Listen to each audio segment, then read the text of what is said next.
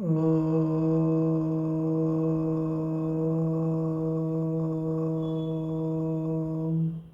శ్రీ గురుభ్యో నమః. అందరికీ నమస్కారం. In this video, let us try to understand as to what are the subjective actions and the objective actions performed by people. There was one master by name Gurdjieff in Russia. He has made a division of actions performed by the people as subjective and objective actions. See, normally the ordinary people perform the actions subjectively. So, but people who are alert and conscious, they perform only objective actions. Now, let us try to understand what is the difference between these actions. See, ordinary people, as already told, their emotions are subjective. Suppose one person is walking on the road or he attends a function. So, in that group of people, this person likes someone in that group,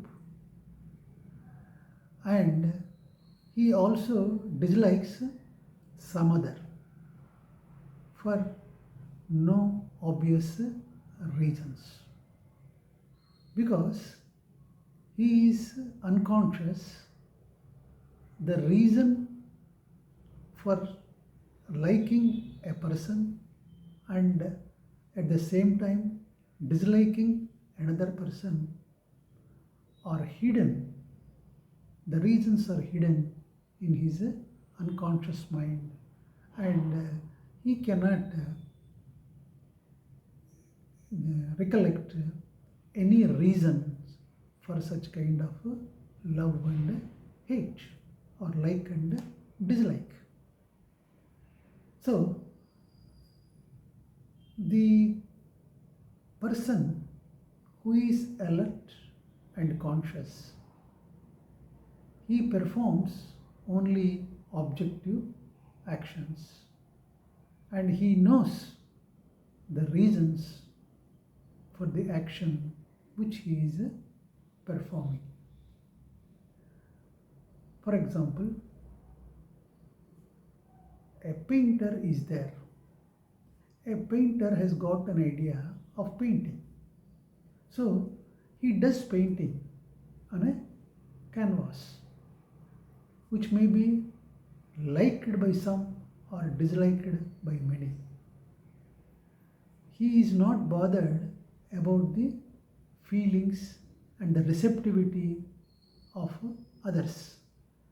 He is concerned only with unburdening his idea or thought of that particular act.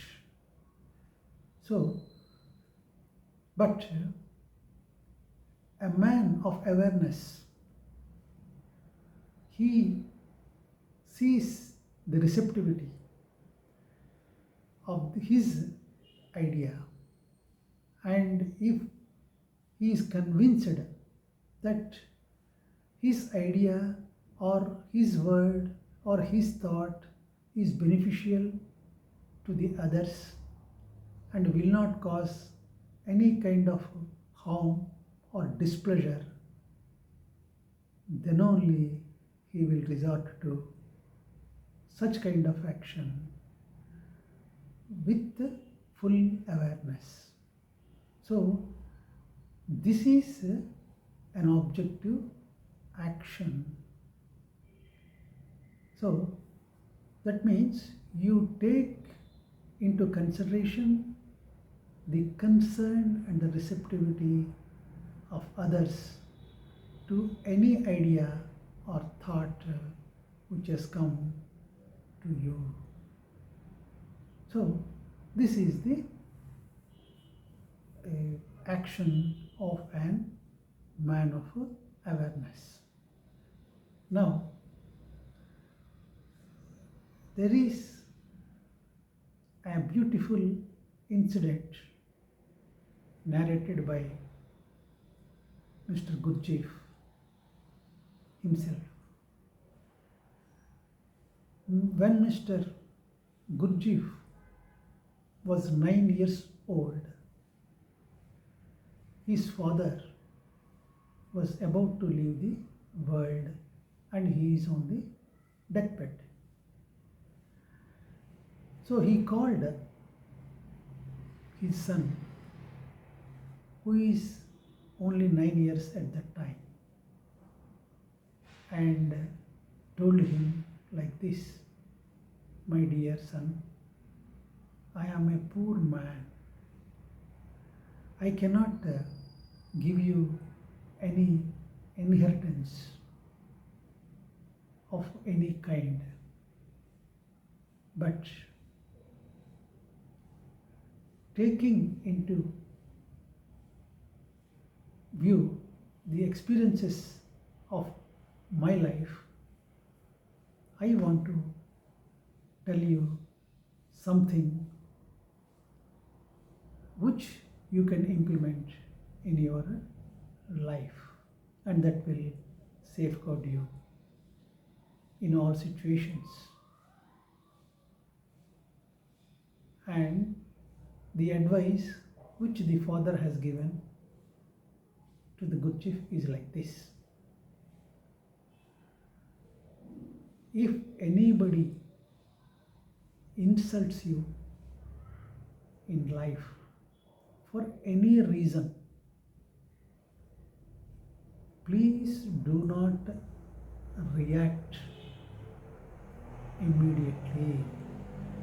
Do not give any reply to them in retort to what the insult they have given to you.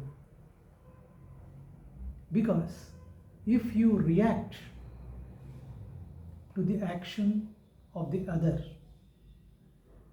then the other becomes a master and you become a slave. So do not react. Instead, tell them that please give me 24 hours time to respond to your sayings involving insult and all that. Please give me 24 years, then I will come back and respond to what you have uttered now. So, he has implemented the advice given by his father. So, that simple advice given by the father and the implementation of it by Mr. Gurdjieff has brought tremendous change in his life, as he said. So, if anybody insults him, he would tell them that I will respond to you after 24 hours. Then, if whatever they said is right, and if Gurji feels it is right what they said, he used to go to them after 24 hours and tell them, thank you very much. You have observed my weakness, and out of so much love and concern, you have uttered those words, and which are more valuable to me for correcting myself in future. So I thank you immensely for that. Suppose what the other said is not right, even then Mr. Gurdjieff used to approach them after 24 hours and tell them that what you said is not right and true. This kind of things is not expected of you. I have got high regard for you, and this kind of words I never expected.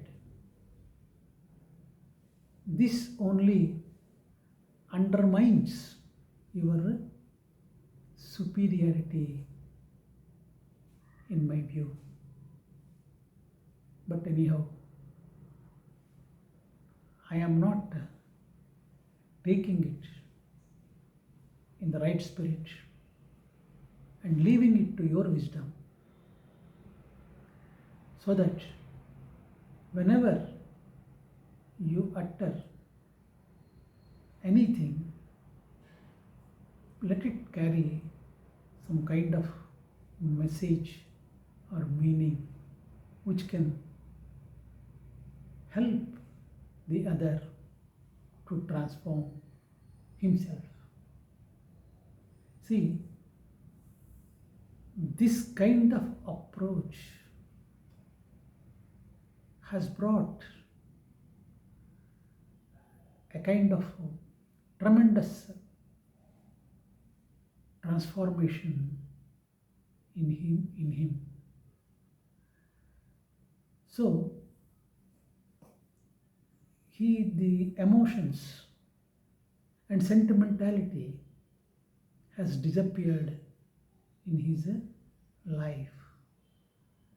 He used to examine and observe everything in a very subtle way, and used to respond to such kind of situations in a very philosophical, rather it is not philosophical, but it is in a realistic way he used to perform the actions. So, and he has become a great master. That's a different dimension that we will examine later in another video. Here, the point here is it disciples, the relationship between a master and a disciple. The meeting of the master, how even casually, even unknowingly, suppose you attend a satsang of a master. So, the words which you have heard, the miracles or the love of the master which you have seen and which you have heard, they appear to be very casual, but certainly they make an impact in your being. So, the presence of the master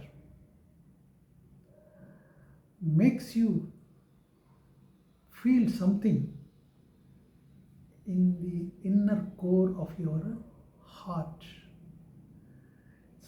The being in the inner core of your heart vibrates with the love of the master in his presence. So, it is like this. A woman who was working and engaging in so many activities till the birth of a child. The first child, till that time she was very active in all the worldly activities and all that, and in a casual way got married, got pregnant and delivered a child. So the whole world is sleeping and the child is also sleeping besides the mother. But a slight movement in the child, for any reason whatsoever, slight movement, maybe the blanket has slipped off, something like that, a small thing. But even though the whole world is sleeping, the mother is awake to the movement of the child and she corrects the blanket which has been slipped away. You see, the love of the mother. Till that time, she doesn't know anything about the love of a mother towards her children. But when she became a mother, that love, that affection, that concern, how it awakens her to the presence of the child. You can imagine yourself, and it is beyond our comprehension. I mean, the love of the mother towards the child. Similarly, the master and the disciple. The love of the master towards his disciple who has opened up his receptivity to the sayings of the master, to the words of the master, to the love of the master, to the presence of the master. How it manifests, how the child gets and enjoys the love of the master is unknowable, and it is beyond comprehension of the disciple. As the child does not know the love of the mother towards him, similarly, the disciple is completely ignorant of the love of the master. You see, another example. There was one disciple and there was a master. So, the master and disciple used to meet only very occasionally at some functions, at some festivals and all that. But they were not the disciple was not in regular contact with the master,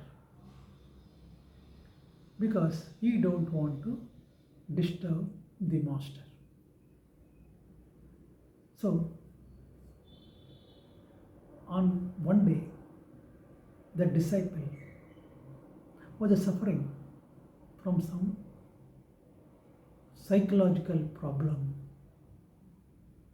which has arisen due to a family affair. So that family affair went wrong and he was suffering very much, in no sleep and all that. So he didn't inform the master about his condition. He don't want to disturb the master for any reason. So he tried to absorb that pain positively to the extent possible. But as the time passes, it has become, the task has become beyond his this thing, bearable stage. So it happened, he suffered like this for 1 or 2 days. And he went out for some work to fetch some vegetables for the family. So when he was about to return after finishing his work, suddenly the master encountered him and called him by name to the side of the road. And then the master has put him in conversation for a considerable period of time. And then during that conversation, the master gave the necessary wisdom to pull the disciple out of that context or out of that pain and give him the relief. You see, the master normally is not available or readily available for any kind of contact. But in this case, it is not at the request of the disciple, but the master or God responds to the situation depending upon the need. So, when the disciple was not able to cope up with the situation, when he was not able to reconcile to the situation or to the happening, the master appeared and gave him the solace through wisdom. Such is the grace and love of the master. When you are in his presence, or when you feel his presence anywhere, he comes to your rescue and give you solace. That is the power of the love towards the master, and that is the love of the master. So, thank you.